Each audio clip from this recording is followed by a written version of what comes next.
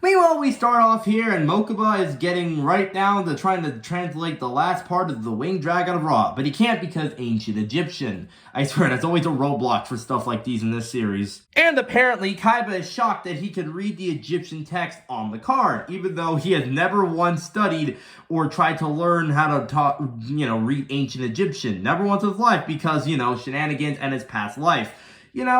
Yeah, it's kind of crazy how that connects all together, though. Yeah, meanwhile, stuff has gotten pretty crazy on this blimp because 3 out of 4 duels, at least one person has been hospitalized or in a coma.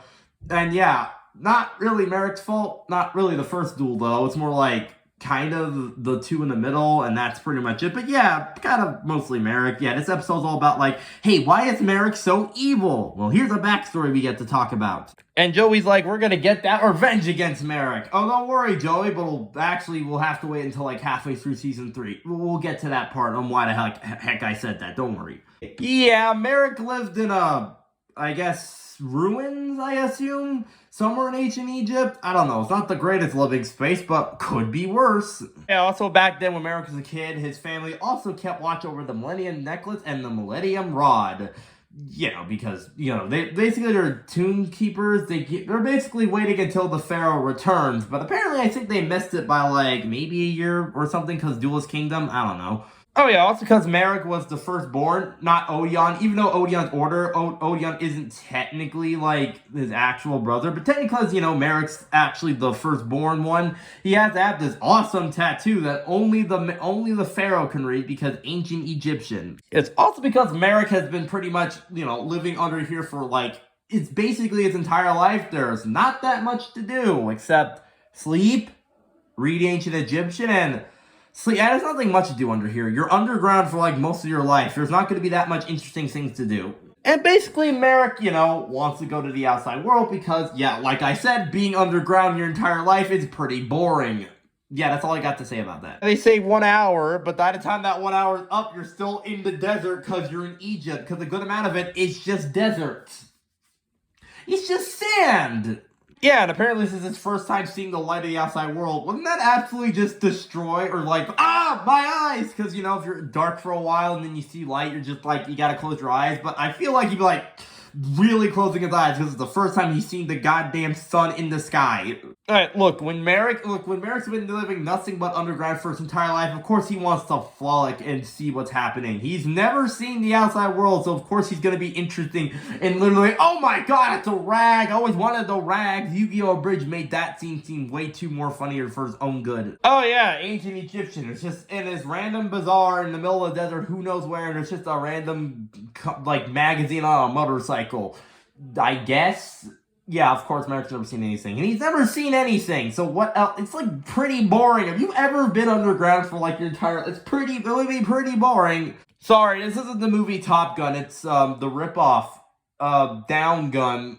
Oh yeah, Shotty's also here. He's just everywhere now, no matter what time it is. Like, he's just here. And he's got to tell him the Pharaoh's coming soon. But in an unforeseen amount of time because the plot demands me not to tell anything specific. Okay, why not speak of the Pharaoh? What? It's not like something bad's gonna happen. It's not like I talk about, like, the weather and it's just gonna be bad or something. Like, I don't think that can be bad, right? I don't know. What the heck? Meanwhile, Odion fluffed a pillow. It was freaking foolproof until, like, oh my god, it's a pillow! Also, Marik's dad is pretty pissed because apparently going outside is forbidden because not doing anything that's being underground is bad, apparently.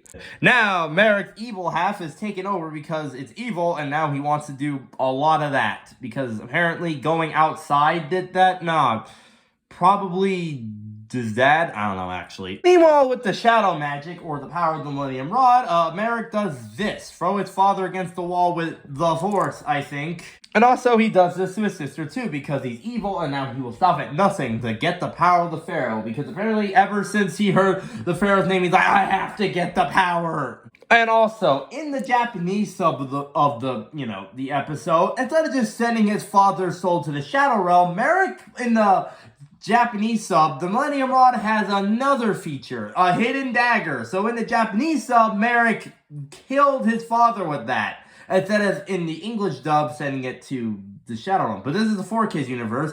Dead doesn't exist there, okay? Don't worry. Also because with the power of Odeon being like, I hope it takes forever, Marik's evil half temporarily goes away, and also making this hilarious face at the perfect frame rate when you pause. And also not listening to Shoddy because apparently this happened, and Marik thinks that, oh man, I have to take the power for myself. You taking your first path on ultimate darkness, why didn't you stop him? Or something like that. You just kind of let it happen, dude. Now Shoddy's explanation is kind of like the Force or something, because the dark side or something like that. Gotta love how Joey's like, am I supposed to feel bad? No, Joey's speaking some words right now because what had just happened in Battle City so far has turned that, yeah, should we really feel bad for him right now? Because it feels like even without his evil half, America's done this on his own good, or being, we don't know. Are we sure that Sand's actually filling up probably in a Shadow Realm? Because sure as after this, it sure does take its sweet ass time. It's just like, oh, man, if Sand's taking a while, what do I do now? But now Ishizu gives her Millennium Necklace to Yugi because, you know, he has to save the world from evil. Like, he's the protagonist. Of course he does. It's Yugi. He'll be fine.